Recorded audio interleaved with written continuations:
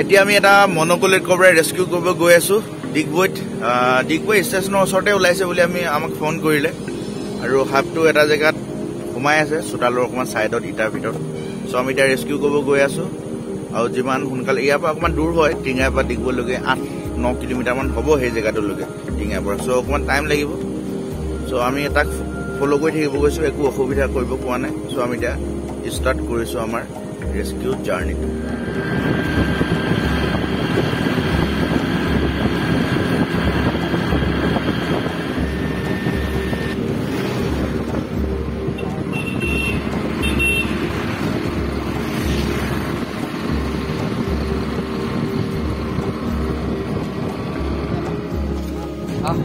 আজি ব্ৰ আহিছে আমাৰ লগত হেল্ল' আজি কোনটো জেগাত আছে ব্ৰ কোনটো জেগা ষ্টেচনৰ ওচৰত ষ্টেচন মানে চিধা ডাইৰেক্ট ষ্টেচনৰ ওচৰত আপোনাৰ এই যে ভঙা এটা বাছ ষ্টপ আছে সেই তাতে তাৰ ওচৰত ভাইটি আছে পিছত সোনকালে যাব লাগে সোনকালে জলদি যাব লাগে জলদি পাই যাব কবৰা বুলি কৈছে নেকি কবৰা মোক ফটো পঠালে কবৰা হয় আমাৰ হেৰি কাৰ্তিককো মাতিব লাগে কাৰ্তিক নাই কাৰ্তিক আজি বিজি আছে কামত বিজি আছে এনে নৰ্মেলি ডিগবৈ ৰেস্কিউ খিনি কাৰ্তিক কৰে কিন্তু মানে টিঙাই ওচৰ পাজৰ যিমানখিনি ৰেস্কিউ হয় তো ইমাৰ্জেঞ্চি হৈ গ'লে ERN ইমাৰ্জেঞ্চি ৰিলিফ নেটৱৰ্কৰ মানুহ আমি ISRN Indian snack rescue network ISRN টো মানে ইয়েছ ইণ্ডিয়ান স্নেক ৰেস্কিউ নেটৱৰ্কৰ মানুহ ইয়েছ সো ইমাৰ্জেঞ্চি হলে আমি টিঙাৰ পৰা ডিগবৈ আহি যাওঁ টিঙাৰ পৰা ডিগবৈলৈকে 8 কিলোমিটাৰ মান হৈ যায় লাহে লাহে আমি আহি থাকো আৰু ৰখি আছে এতিয়া আমি গৈ আছো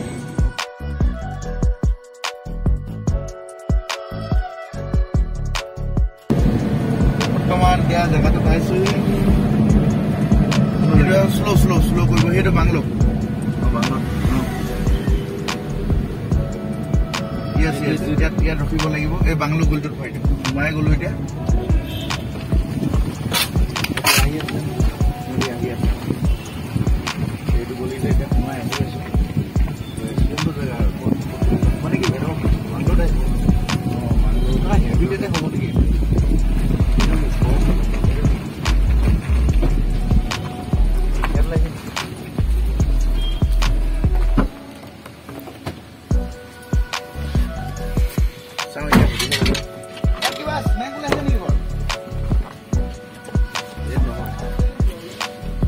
ফোন কৰ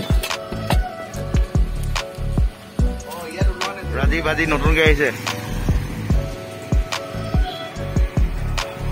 এইপিনে আছে ন অ'কে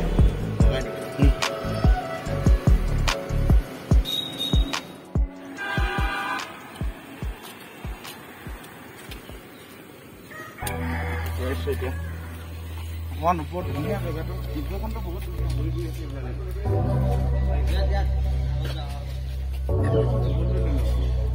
ইমান কমপ্লিকেটেড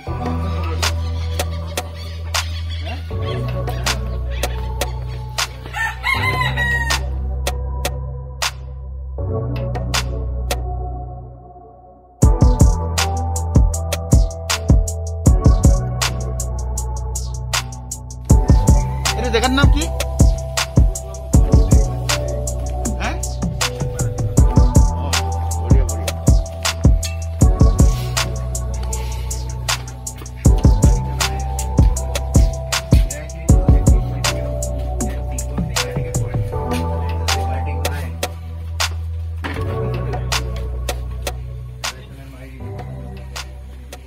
আছে স্নেহ আৰু ৰাজীৱ আহিছে আজি নতুন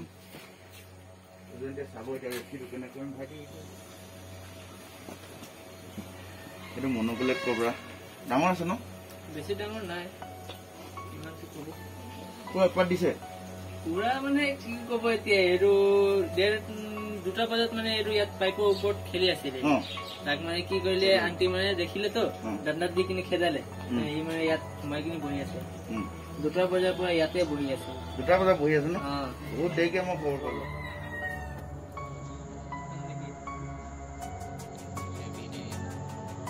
তাকে যে নামাৰিলে সেইটো মোৰ বহুত ভাল লাগিলে বহুত ইম্পৰ্টেণ্ট বহুত ভাল এটা এৱাৰনেছ হৈ আছে গোটেই অসমত এতিয়া ভাল লাগিলে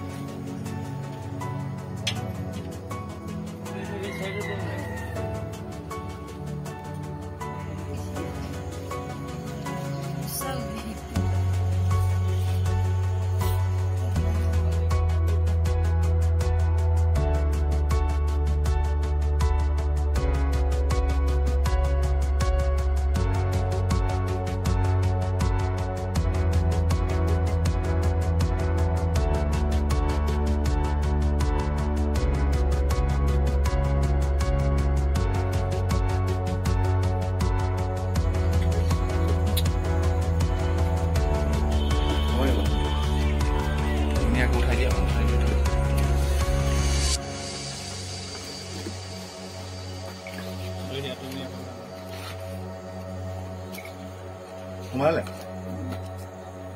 খাইলে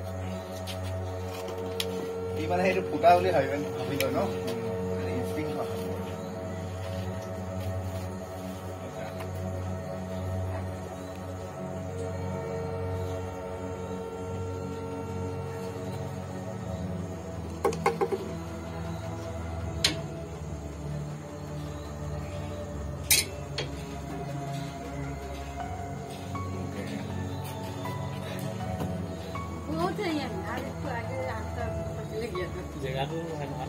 জেগাটো এনেকুৱা আপোনাৰ ইয়াতে সি আছে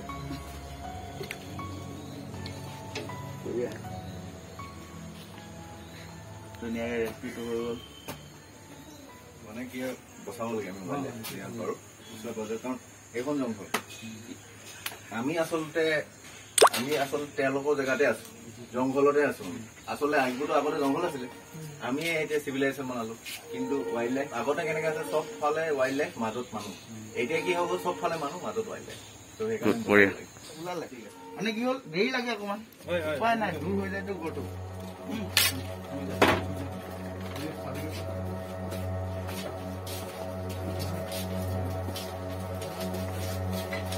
ধুনীয়াকে হৈ গ'ল ৰেচিপিটো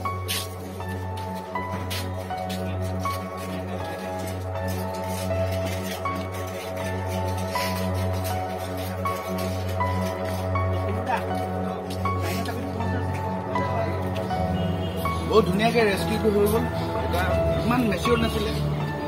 ভাল আচ্ছা খাচা আছিলে ঠিক আছিলে আৰু খুব ভাল ধুনীয়া ৰেচিপি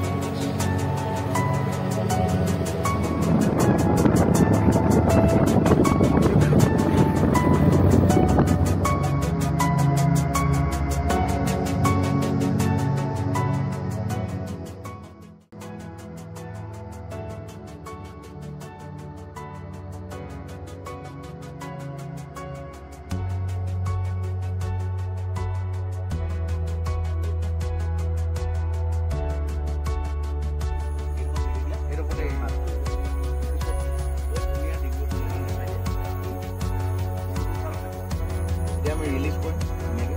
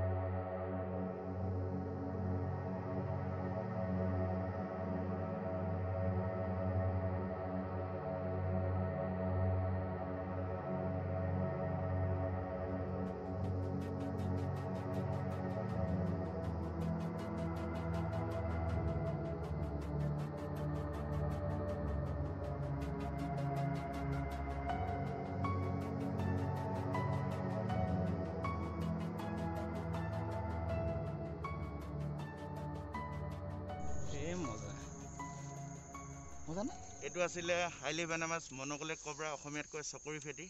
আৰু আমি ৰেস্কিউ কৰিছিলোঁ ডিগবৈ ষ্টেচনৰ ওচৰৰ পৰা এইখিনি আৰু তাৰ যিটো হেবিটেট তাৰ হেবিটেটতে আমি ওচৰতে একেবাৰে 50-60 মিটাৰ দূৰতে আমি এইটো ৰিলিজ কৰিলোঁ তাৰ নিজৰ হেবিটেট ধুনীয়াকৈ নিজে গ'লগৈ এটাই সকলোকে ৰিকুৱেষ্ট সকলোৱে যাতে প্ৰকৃতিৰ সৈতে বন্ধুত্ব স্থাপন কৰি কাম কৰি যায় আৰু সাপ দেখিলে কেতিয়াও নামাৰিব আমাৰ লগত যিমান সোনকালে যোগাযোগ কৰিব আমি যিমান সোনকালে পাৰোঁ ৰেস্কিউ কৰি পেলাই আমি এটা নিজৰ হেবিটেটত আমি ৰিলিজ কৰি দিম গো গ্ৰীণ গো গ্ৰীণ